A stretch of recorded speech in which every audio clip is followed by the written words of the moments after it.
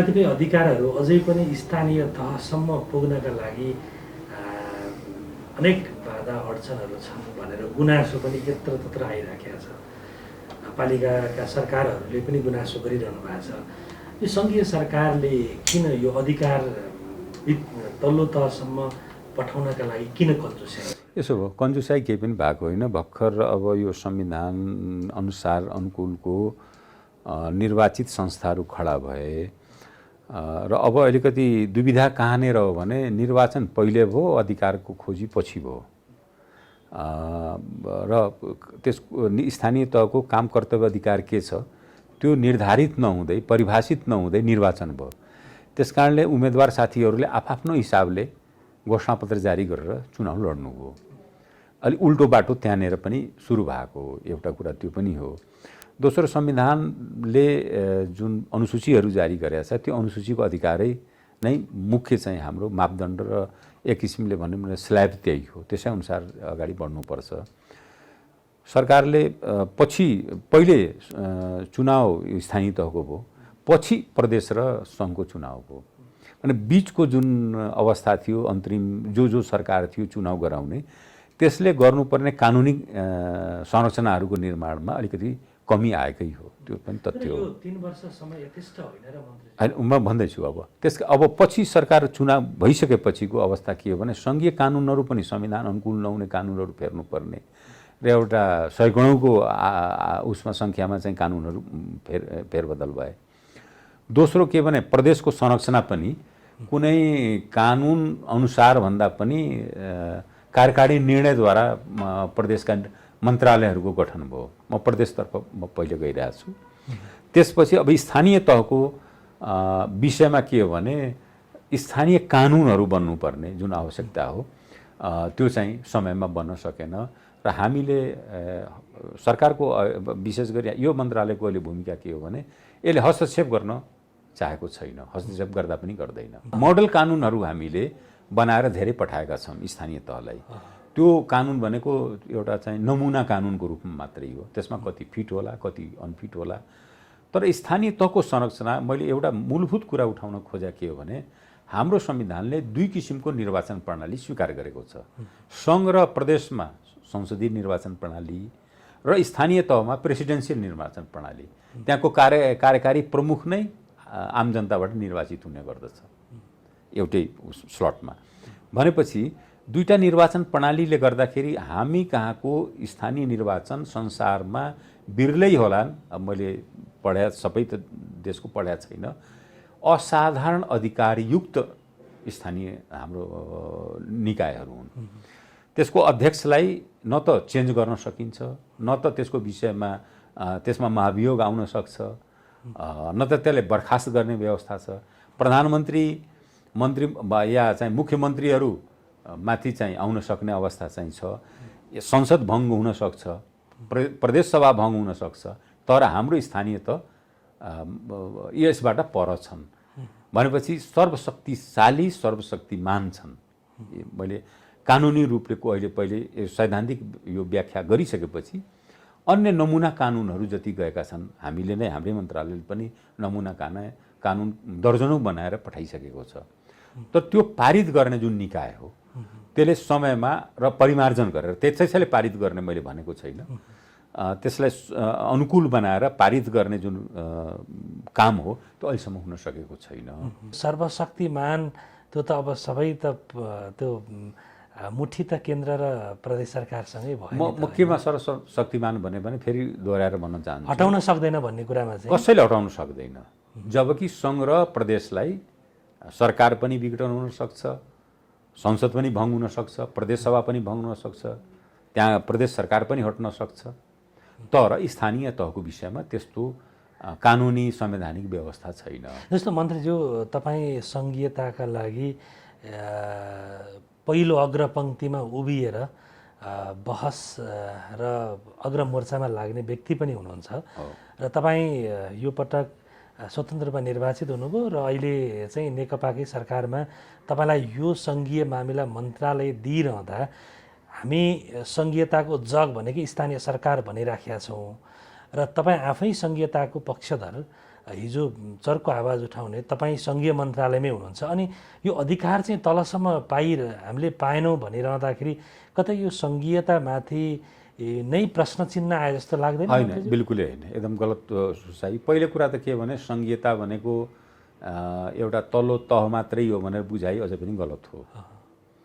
त्यसको प्रादेशिक संरचनाहरूले, किनभने अहिले पनि हाम्रो संविधानले के व्यवस्था गरेछ भने स्थानीय कर्मचारीहरू प्रदेश निजामतीद्वारा निर्देशित हुनेछन्। उसले प्रदेश कानुन निजामती कानुन बनेपछि उसबाट सञ्चालित हुनेछन् भनेर मैले भन्न खोजेँ। प्रदेशहरूलाई उपयुक्त अहिले अवस्थाहरू र त्योसँग जोडिया छ स्थानीय। हाम्रो सङ्घीयता भनेको साझेदारी, सहकारितामा आधारित, समन्वयमा आधारित सङ्घीयता संविधानले व्यवस्था गरेको छ। भौगोलिक संरचनामा हामी बढी जोड दियौँ, राज्य पुनर्संरचनामा हामी जोड दिएनौँ। यथार्थ कुरा त्यो हो। एउटा कुरा सही के हो भने उपयुक्त सङ्ख्याको कर्मचारी व्यवस्थापन अहिलेसम्म न त प्रदेशमा भएको छ न त स्थानीय तहमा भएको छ। कर्मचारी जुन यो समायोजन भयो, समायोजनमै अलिकति विकृति के देखियो भने हामीले सङ्घमा 49,000 कर्मचारीलाई थुपार्यौँ र प्रदेश र स्थानीय तहमा ती कर्मचारी गएनन्।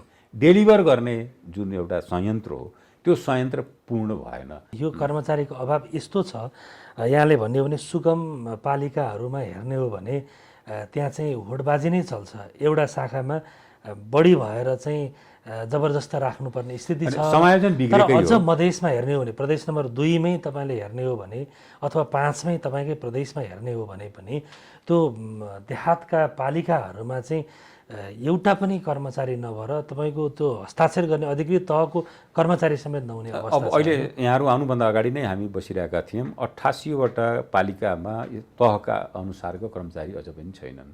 116वटा नगरपालिकामा तहका कर्मचारी भनेपछि उपसचिव हो, त्यहाँ जानुपर्ने प्रशासकीय अधिकृत, त्यो छैन। त्यहाँ अलिक तल्लो निकायका साथीहरू निमित्त भएर चलाइरहेका छन् कर्मचारीहरू। यो कहाँनिर अर्को पनि जोडियो भने महालेखा परीक्षकको वार्षिक प्रतिवेदनले अहिले जुन बेरुजुहरू या वार्षिक प्रतिवेदन निकाल्छ हाम्रो संविधान अनुसार, तीनै तहको लेखा परीक्षण महालेखाले गर्छ, सङ्घको, प्रदेशको र स्थानीय तहको। स्थानीय तहको लेखा परीक्षण गर्दाखेरि उसको अनुभूति के छ भने त्यहाँ आर्थिक अनुशासनहीनता अलिक बढी छ भन्ने महालेखाको चाहिँ निष्कर्ष छ। त्यहाँ बढी अझ त्यसमा पनि कहाँनिर बढी छ भने जहाँ तह अनुसारको कर्मचारी छैनन्। त्यसैले हामीले यो चिन्तित बनाएर त्यहाँ पुर्याउनलाई अब सबै काठमाडौँमै केन्द्रित हुन चाहने रहेछन्, सुविधाजनक उसमा, र समायोजन बिग्रेको अवस्था नै हो। समायोजनले यहीँ थुपार्यो, सङ्घमै कर्मचारीलाई थुपार्यो। अहिले हामीले के गरिरहेका छौँ भने आज मात्रै पनि एउटा निर्णय यो कर्मचारीकै विषयमा चाहिँ स्थानीयमा पठाउने, अब यो सङ्ख्या क्रमशः घट्दै गइरहेछ। अब 88बाट अब अलिकति कममा आयो, 116बाट अझ कममा आयो। आजै पनि निर्णयहरू भइरहेका छन्, आज भोलिमा जान्छन् ती साथीहरू। मैले भन्न खोजेँ कि समायोजन कस्तो भयो भने जहाँ दरबन्दी 11वटा छ त्यहाँ हामी 44-45वटा पठाइदियौँ काम न। त्यसबेला जहाँ चाहियो त्यहाँ हामी पठाएनौँ। समायोजनको त्रुटि सच्याउँदै मेरो 8 महिना बित्यो।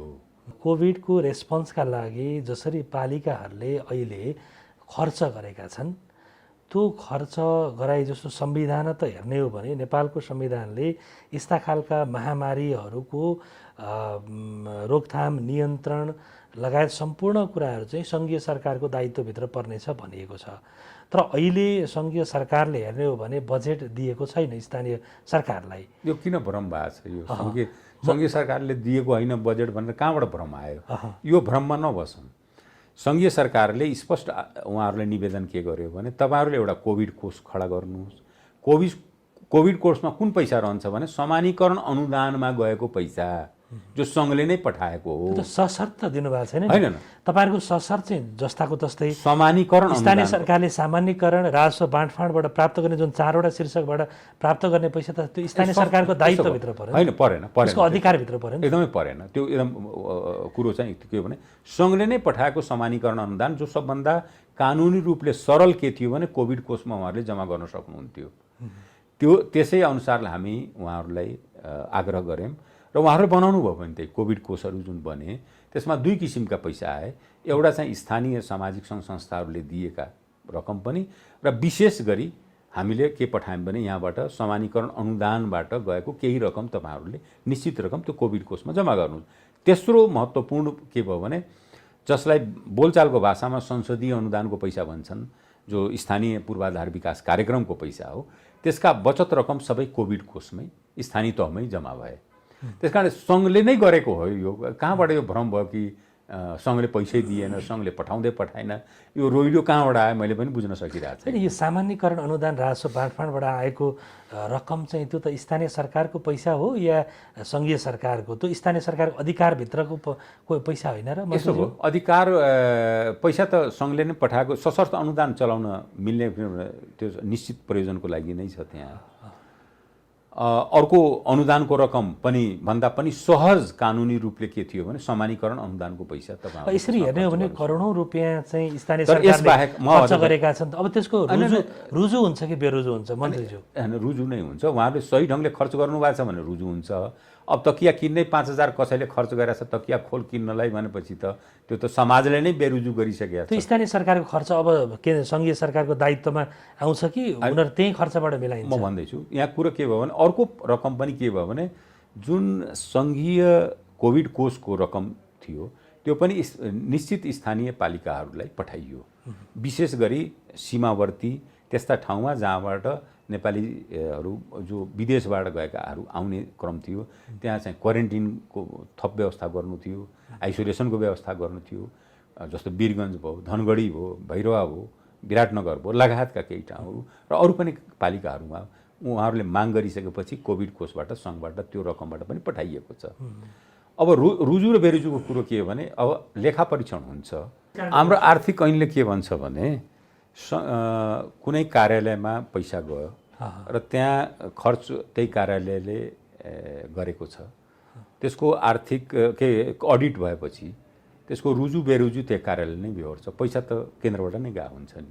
पैसा गयो, खर्च गर्ने निकाय नै जिम्मेवार हुन्छ। हुन्छ मन्त्रीज्यू, म अर्को सन्दर्भमा जान चाहे यो सामान्यकरण जुन अनुदान यहाँहरूले केन्द्रबाट जुन व्यवस्था गर्नुभएको छ त्यसप्रति अलि बढी गुनासो छ स्थानीय सरकारको। किनभने यो चाहिँ भूगोलका आधारमा अथवा त्यो टाउको गनेर पैसा दिनुभन्दा पनि जस्तो हेर्ने हो भने काठमाडौँ महानगरपालिकाको करिब 4 अर्ब चाहिँ बजेट जान्छ सामान्यकरणबाट।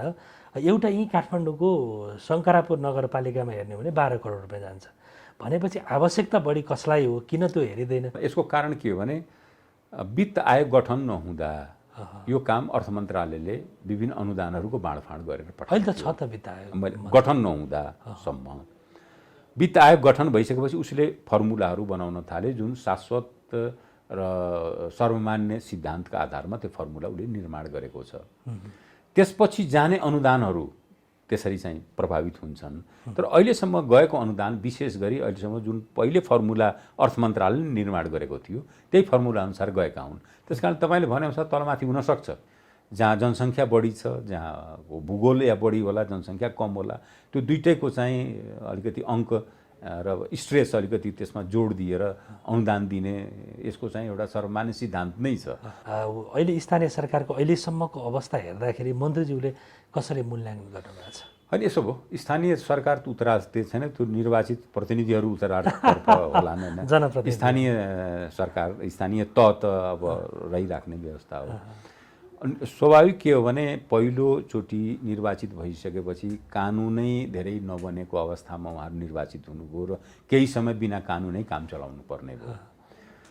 अब कानुनहरू धेरै आइसकेपछि त्यो कानुन कार्यान्वयन गर्ने क्रममा जाँदाखेरि सुरुमा यहाँहरूले सम्झिनुभयो होला धेरै स्थानीय तहहरूमाथि के आरोप लाग्यो भने करको विषयमा अलिक अराजक भएर धेरै स्थानीय तहहरू कर लगाए, ज्योतिषीहरूमाथि पनि कर लगाइदिए, अब माछा मार्ने त्यो जालीमाथि पनि कर लगाइदिए भने त्यो करको एउटा होडबाजी चलाएको थियो सुरुमा पहिलो उसमा। तर त्यो कमी आउँदै गएर एकरूपताहरू आउन थाले, तर त्यसमा चाहिँ सुधारहरू हुँदै गयो। अब कानुनहरूको मात्रा पुग्दै गइसकेपछि यो अलिकति स्थापित हुन्छ। कतिपय स्थानीय तहको त आफ्नै अब कार्यालयहरू पनि हिजो गाविसहरू जति थिए तीमध्ये नै अब बस्नु कामको बोझ बढी छ। अब हामी शिक्षा, स्वास्थ्य लगायत सामाजिक सेवा लगायतका धेरै जिम्मेवारी स्थानीय तहलाई छ। त त्यसलाई म्यान पावर पनि त्यो अनुसारको र कानुनको पनि अभाव हो त्यो पनि र कार्य थलोको पनि एउटा चाहिँ समस्या चाहिँ धेरै स्थानीय तहहरूलाई छ। तर जति उहाँहरूले गर्नुभयो गाउँका आवश्यकता अनुसार विकासका कुराहरू चाहिँ देखा परिरहेका छन्, यसलाई इन्कार गर्न सकिन्न। मैले भन्नै पर्ने भएको छ कि मैले सुरुमै भने महालेखा परीक्षकले 3टै तहको लेखा परीक्षण गर्छ, सङ्घको लेखा परीक्षण प्रतिवेदन छलफल गर्ने सार्वजनिक लेखा समिति प्रतिनिधि सभाले गर्छ, प्रदेशको लेखा समितिले गर्छ, स्थानीय तहको त्यसको अभाव देखियो। त्यहाँनिर चाहिँ अलिकति एउटा हामीले सरकारले सोचिरहेछ कानुन अनुसार एउटा संरचना जसले महालेखा परीक्षकको स्थानीय तहको वार्षिक प्रतिवेदनमाथि छलफल गरेर निर्णय गर्ने एउटा थलोको आवश्यकता छ। हामी सङ्कटमा जुन प्रणालीले काम दिन्छ त्यही उपयुक्त प्रणाली हो भने मान्यताका साथ संहिताले आफ्नो औचित्य यो सङ्कटमा प्रमाणित गर्यो, प्रमाणित गरिसकेको छ। अब विकास निर्माण लगायतका कुराहरूमा जसरी उहाँहरू लागिराख्नु भएको छ त्यसले संहिताको औचित्यलाई पुनः प्रमाणित गरेको छ र पुष्टि गरेको छ। मन्त्रीज्यू, अझै पनि कतिपय स्थानीय सरकारहरूले बजेट ल्याउन सक्नु भएको छैन। जुन असार 10 गते पेश गर्नुपर्ने बजेट आजसम्म पनि आइसकेका छैन। तपाईँहरूकै रेकर्ड अनुसार पनि 60भन्दा बढी पालिकाहरूले ल्याउनु बाँकी छ। त्यहाँ सहजीकरण सङ्घीय सरकारले केही गर्छ? होइन, हामीले उहाँहरूलाई सहजीकरण गर्ने हामीले सहजीकरण गर्ने भनेको जनप्रतिनिधिभन्दा पनि प्रशासकीय अधिकृतहरू मार्फत हो। यो नगरेपछि यसमा केही अनुदानहरू रोक्का हुन सक्छ, अलिकति यसमा हतोत्साहित हुने केही कदमहरू आउन सक्छन्। त्यस कारणले यसलाई तपाईँहरूले समयमै पुरा गर्नु पर्थ्यो र त्यस्ताको चाहिँ सामान्यतः केही अनुदानहरू पहिले पनि रोक्का भएको अवस्था चाहिँ छ। मन्त्रीज्यू, अब ऐन संशोधन गर्दै हुनुहुन्छ, ऐन संशोधन गर्नुपर्ने आवश्यकता यति बेला ठ्याक्कै किन आएको छ? कुन निजामती सेवाको सन्दर्भमा कि स्थानीय सरकार सञ्चालन ऐन यहाँले संशोधन गर्दै हुनुहुन्छ? होइन, यसमा चर्चा छ। यस्तो छ, अब संशोधन भन्दाखेरि त्यो संशोधन त भइरहन्छ। यति आवश्यकता अनुसारै संशोधनका केही मागहरू भएर आइरहेका छन्। स्थानीय तहबाट नै माग भइरहेका छन्। कहीँ दुविधा पनि छ, कहीँ ऐन कहीँ अरू ऐनसँग बाजिएको अवस्था पनि छ। एउटा ऐनमा एउटा व्यवस्था छ, अर्को ऐनमा अर्को व्यवस्था छ। त्यो सबैलाई अध्ययन गरेर हामीले त्यसका चाहिँ संशोधन यसलाई अन्यथा लिने प्रश्न केही पनि छैन। अबको यो लेखा समितिको जुन परिकल्पना यहाँले गर्नुभएको छ नि स्थानीय सरकारमा, अबको ऐनमा त्यो उल्लेख हुन्छ होला हैन? आउँछ होला, पक्कै पनि आउनै पर्छ। मैले भन्न खोजेँ महालेखा परीक्षकको प्रतिवेदन छलफल र निर्णय बेगर बस्न सक्दैन। स्थानीय सरकारले सार्वजनिक सुनवाई गर्छ, सामाजिक परीक्षणहरू गर्छ, त्यो विधि चाहिँ हुन सक्दैन। त्यो विधि महालेखालाई समेट्दैन। तर महालेखा एउटा संवैधानिक निकाय हो।